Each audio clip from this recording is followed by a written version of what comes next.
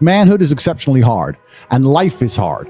But how you shape yourself will determine how hard it is for you and how miserable it will be. As a man, there is no easy life. Your life is not about being easy. Your life is not about being happy. Your life is always going to be difficult. All of the pain you feel, all of the sadness you feel, you're supposed to feel as a man, and you have two effective binary choices. You either go through the suffering and go through the trauma and go through the hardship it takes to be a man of value, or you suffer eternity as a nobody. And being invisible, I would argue, is almost worse. You can have a very stress-free life if you work in Starbucks. You don't care about the Starbucks once you clock off. You go home, you play video games, and you exist until you die. That's stress-free, but you have to suffer being a nobody. Alternatively, you can go out there into the world, try and implement your mark on the world, work hard, try to get rich, more money, more problems. You can try and start a business, the stress of that. You can lose your girlfriend because all you're doing is working. This is a new level of stress, a new level of trauma, but at least you'll be a somebody at the end of it. There's two ways to suffer. You either suffer becoming a somebody, or you suffer as a perpetual and forever nobody. What did Napoleon say? He said, "Glory is fleeting, but obscurity is forever." Absolutely. Glory is fleeting, but obscurity is forever. And when he says fleeting, that's a really good point, because everything in life is rented, especially your glory as a man. When you have a good body, it is not a good body as complete. It's not finished. You haven't completed the task. You have rented that good physical condition. You must train every day to retain it. Everything is rented. Your body, you don't just get a good body and you're done. You still have to go to the gym every day to maintain that good body. You don't just get a hot girl and it's done. You still have to work hard for her to always love you and respect you. You don't just start a business and now you're rich. No, you have to start a business and work on that business every day. If you take your eye off the business, it will fail. Everything in life is rented. So when he says glory is fleeting, he's also absolutely not correct, because glory is fleeting and you have to constantly and endlessly work for it and make sure that you never stop. Otherwise, it will be taken from you. But obscurity is forever. If you never make a mark on the world, then you effectively never existed. And when you're gone, nobody will care. The reason our Father is discussed at length is because of who me and Tristan are, and the reason we will be discussed forever is because of who our sons will become. And that's very important, because you have a duty to your ancestors and you have a duty to God. So you must make a choice. And this is genuine choice for you people at home. Do you want to live in obscurity forever and be invisible and not matter and have an easier life? I would argue that it's not easier, because in your heart and in your soul, you're going to feel guilty knowing you could have been something you're not. Or do you want to try your absolute best and struggle and suffer every day of your life, paying the rent for all of the amazing things around you? We pay endless rent. We pay rent for our bodies. We pay rent for our relationships. We pay rent to keep our kids. We pay rent to keep our business. We pay rent to keep our freedom. Every single day is work to pay the rent. It's absolutely never ending, and you have to make that choice. So if you have a pen and paper in front of you, you need to decide. Do you want to be invisible with a lower rent bill, or do you want to be important and work hard and suffer to make sure that the rent is paid? It's a choice you must make, and it's binary, and you must be extremely dedicated towards the decision you finally make. Absolutely everything as a man is your responsibility.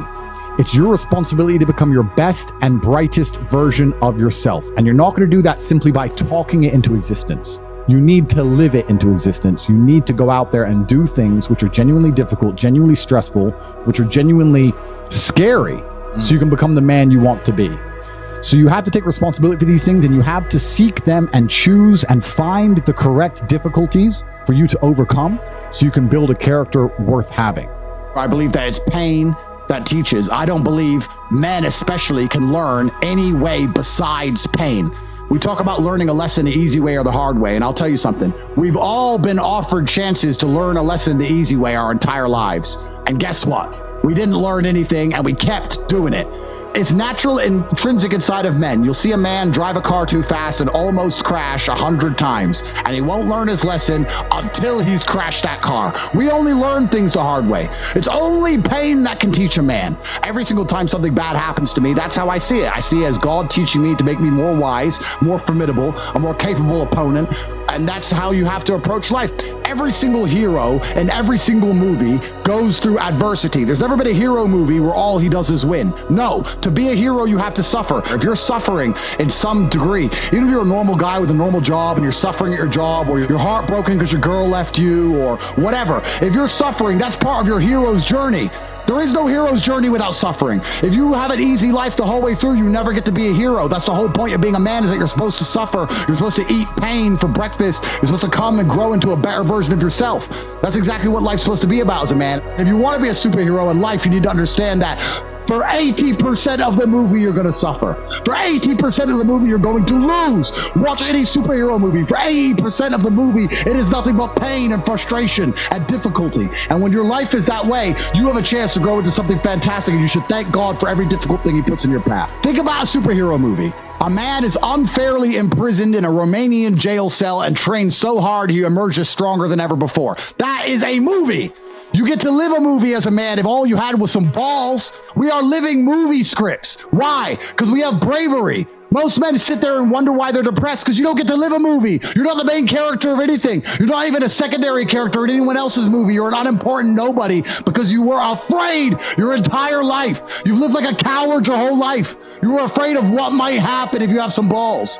And then you wonder why you're depressed. I'd be depressed if I was you. Of course, your life sucks. I'd rather go to jail as me than live free as you, because when you're free, you can't even do anything. You can't go where you want, you're broke. You can't have sex, girls don't want you. You can't speak because no one listens. So what are you free to do? You're more in jail than I ever was. My mind is free. I'm allowed to think what I want to think and say what I want to say. They have thoughts and they go, don't know if I should say that. They second guess themselves. They're their own worst enemy.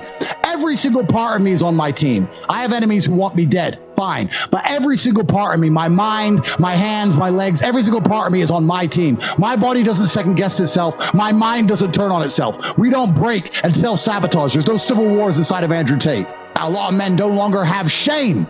You have no shame left. You should be too ashamed to be a coward. You should be too ashamed to do the wrong thing. Where's your shame? Well, we destroy that, right? We destroy that even in schools with men and stuff. I'll tell you something. My brother can shame me into doing something. He can shame me. He can call me a pussy or a coward, and I'll stand up and say, no, I'm not, and I'll do the brave thing. Shame works for men sometimes. I say to men all the time. Men come to me and say, I can't get a girlfriend. I say, it's because you're a loser. You are a loser. Change that fact. Come to me and prove to me you're not a loser. I will shame him and he will react to it and his life will improve. But now we have men with no shame. They'll walk around with no shame at all. And then we wonder why we have a whole bunch of cowards. Cowardice is always the easy choice, but you should feel too much shame to take it. That's the problem. It's the path of man. It's the path of victory. And it's the only path to truce. It's the only path to genuine happiness in your heart. There's one path. There's one. There is one path to happiness, and that is masculine strength, and that is eating pain for breakfast and becoming a better person. The flavor of life is pain. You try to change the flavor, you're going to end up disappointed, you're going to end up weak, you're going to end up miserable. Accept the flavor and learn to love it. That's the only path to genuine competence and happiness within yourself as a man.